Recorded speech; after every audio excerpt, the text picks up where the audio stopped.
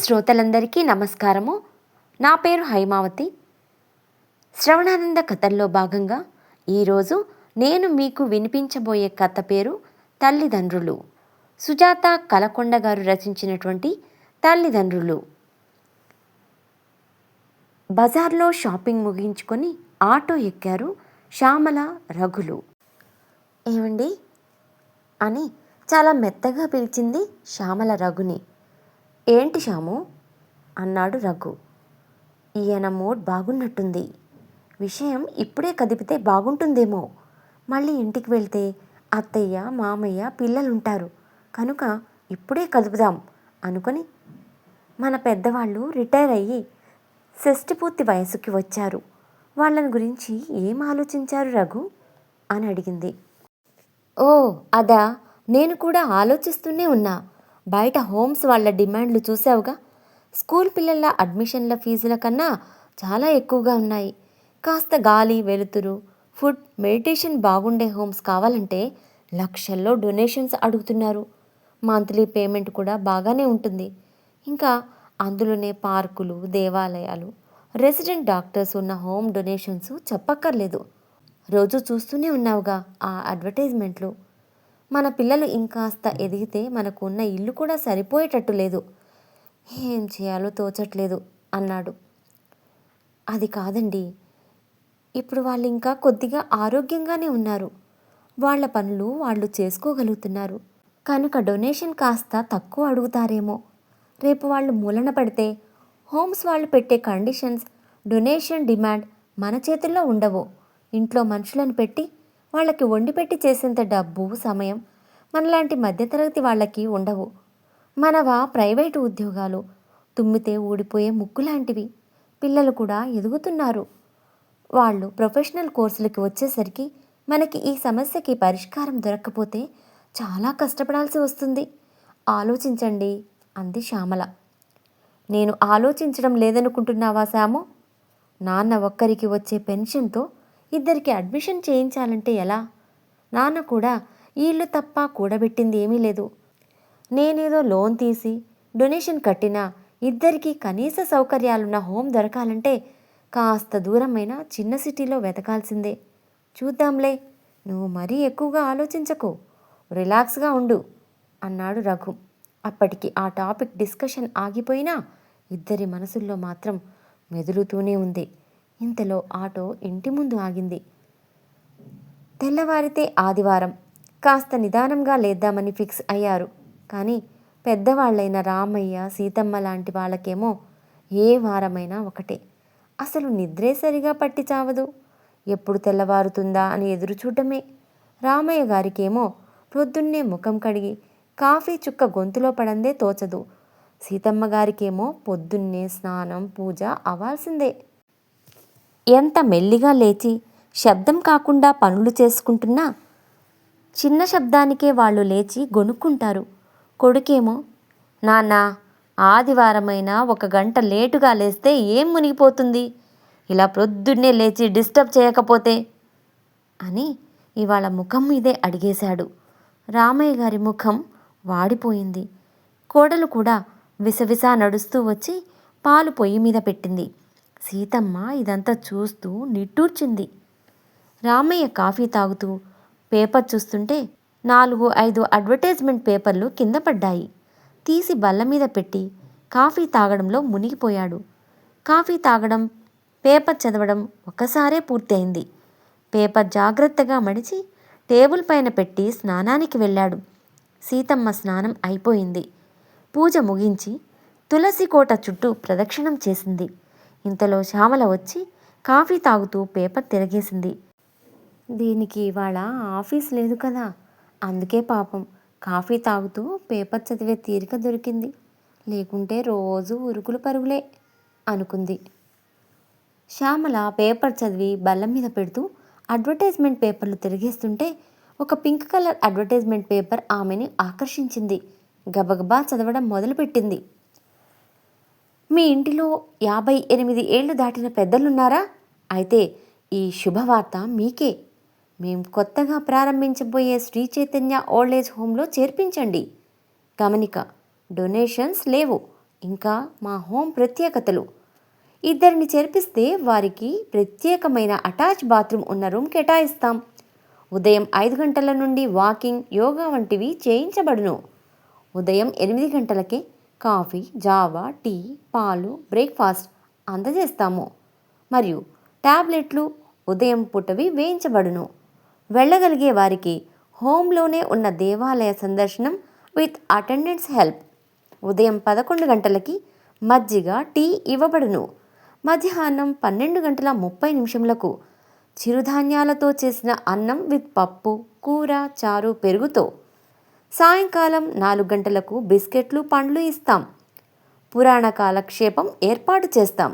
రాత్రి 7:30 నమలగలిగే వారికి చపాతీ లేకపోతే ఓట్స్ ఉప్మాతో భోజనం. మందులు అందిస్తాం. అనారోగ్యానికి గురైతే రెసిడెంట్ డాక్టర్తో చెకప్ చేయిస్తాం. మా వద్ద అత్యవసరం అయినప్పుడు అదనపు పేమెంట్తో అంత్యక్రియలు చేయించే ఏర్పాట్లు కూడా కలవు. మంత్లీ పేమెంట్ కూడా మీరు ఏ హోమ్తో కంపేర్ చేసుకున్నా తక్కువే. వయసును బట్టి పేమెంట్స్. మరిన్ని వివరములకు కింది చిరునామాలో సంప్రదించగలరు. ఆలసించిన ఆశాభంగం. అడ్మిషన్ల సంఖ్య పరిమితం. పూర్తి పేపర్ చదివిన శ్యామలకు ఎక్కడ లేని సంతోషం ఉబ్బికి వచ్చింది. వెంటనే ఆ పేపర్ పట్టుకుని రఘు దగ్గరికి, ఏమండి అని అరుస్తూ పరుగెత్తింది. ఇదంతా అక్కడే ఉండి గమనిస్తున్న సీతమ్మ మెల్లగా లేచి కొడుకు రూమ్ కిటికీ వద్ద నిలబడింది. అది తప్పని మనసు హెచ్చరిస్తున్న ఆ పేపర్లో అంత సంతోషకరమైన వార్త ఏంటో తెలుసుకోవాలనే కుతూహలం ఆమెని అలా చేయించింది. కోడలు కొడుక్కి గడగడా చదివి వినిపిస్తున్న వృద్ధాశ్రమం అడ్మిషన్ వివరాలు విని నిట్టూర్చింది. ఈ ఇంట్లో ఇంకా అలాంటి ఉపద్రవం వచ్చి పడలేదని అనుకుంటూనే ఉంది. ఇరుగు పొరుగు వాళ్ల ఇండ్లలోని వృద్ధులు అకస్మాత్తుగా కనిపించకుండా పోవడం, ఓల్డేజ్ హోంలో ఎంతో డొనేషన్స్ కట్టి కష్టపడి సంపాదించామని గొప్పగా అక్కడి సౌకర్యాల గురించి ఇరుగు పొరుగు వాళ్ళు వర్ణించి చెబుతుంటే, తాము చిన్నప్పుడు రఘుని స్కూల్లో జాయిన్ చేయకముందు స్కూల్ వాళ్ళు చెప్పిన ముచ్చట్లకి, స్కూల్లో జాయిన్ చేసిన తర్వాత పరిస్థితిని చూసి నిర్ఘాంతపోవడం గుర్తొచ్చేది. ఇక అటువంటి అనుభవం మాకు కూడా కలగబోతుందా భగవంతుడా అని అక్కడి నుంచి భారమైన మనసుతో గదిలోకి వెళ్ళి పడుకున్నది. అది చూసి రామయ్య, ఏంటి ఇవాళెప్పుడు పడుకున్నావు? కోడలికి వంటలో సాయం చేయవా అని అడిగాడు. చేస్తాలేండి, ఇంకొన్నాళ్ళు పోతే ఈ అవకాశం ఉంటుందో ఉండదో అని నిట్టూర్చింది.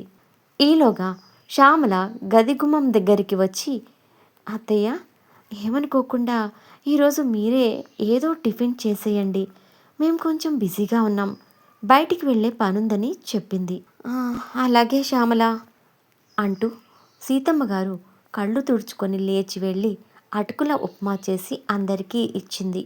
రఘు అది తింటూ, చూసావా శ్యామ, మా అమ్మ అటుకుల ఉప్మా చేసినా ఎంత అద్భుతంగా ఉందో అంటూ, అమ్మా ఇంకొంచెం ఉందా అని అడిగాడు. సీతమ్మ ముఖం చాటంత అయింది. కొడుకు అలా అడగగానే మిగిలిన ఉప్మా కూడా తీసుకొని వెళ్ళి కొడుక్కి కడుపు నిండా పెట్టింది. ఆ రోజు సాయంత్రం 7 గంటలకు రఘు, నాన్న ఏం చేస్తున్నారు అంటూ గదిలోకి వచ్చాడు. రా నాన్న కూర్చో అన్నారు రామయ్య గారు. రఘు వచ్చి కూర్చున్నాడు. ఏదో చెప్పడానికి తటపటాయిస్తున్నాడు. రామయ్య గారే, ఏంటి రఘు, ఏమన్నా చెప్పాలనుకుంటున్నావా? చెప్పు నాన్న అన్నాడు. రఘు తడబడుతూనే నీలవైపు చూస్తూ, నాన్న మీకు కూడా తెలుసు ఈ రోజుల్లో ఓల్డేజ్ హోమ్లో అడ్మిషన్లు దొరకడం ఎంత కష్టమో. ఈరోజు పేపర్లో ప్రకటన వచ్చింది. నేను కూడా వెళ్ళి మాట్లాడి చూశాను. కాస్త దూరమైన డొనేషన్ లేకుండా మంచి సౌకర్యాలతో ఉంది. మీ పెన్షన్ పోను నేను అదనంగా మరో 15,000 కట్టాల్సి వస్తున్నది. అయినా పర్వాలేదు, ఇంతకంటే మంచి అవకాశం మళ్ళీ దొరికేట్టు లేదు. మీరు కూడా ఓకే అంటే వచ్చే నెలలో జాయిన్ అవ్వచ్చు. అమ్మకు మీకు కలిపి ఒకే రూమ్ ఇస్తారు. సౌకర్యంగానే ఉంది. ఆలోచించండి నాన్న. అని మెల్లగా లేచి వెళ్ళాడు. తెల్లవారి ఉదయమే రామయ్య గారు రఘుని పిలిచి, సరే నాన్న, నీ ఇష్టం, మేము కూడా మీ గురించి ఆలోచించాలి కదా అని గొంతులో ఏ భావం పలకకుండా జాగ్రత్తగా చెప్పారు. అది విని సీతమ్మ బాధని దిగమింగుకొని, ఇంకా నయం, ఖర్చు తక్కువని చెరొక దగ్గర వేస్తాననలేదు అని సరిపుచ్చుకుంది. ఉన్నట్లుండి సీతమ్మ ఆరోగ్యంలో ఎందుకో తేడా వచ్చింది. మనిషి అసలే నీరసంగా ఉంటుంది, ఎక్కువగా తిరగలేకపోతుంది. మందులు సరిగ్గా వేసుకుంటున్నావా అని రామయ్య గారు కొడుకు మరీ అడిగితే, నేనేమైనా చిన్నపిల్లనా, నాకు తెలీదా అని విసుక్కుంది. శ్యామల ఓల్డేజ్ హోమ్కు వెళ్లాల్సి వస్తుందేమోనని బెంగ పట్టుకున్నట్లుందనుకున్నది. ఆ రోజు శుక్రవారం. రామయ్య గారు లేచి, ఈరోజు శుక్రవారం, ఇది ఇంకా పడుకునే ఉందే అని, ఏమేవ్, లేచి కొంచెం కాఫీ పెట్టిస్తావా, ఇంకా కోడలు లేవలేదు అంటూ మెల్లగా పిలిచారు. లేవలేదు.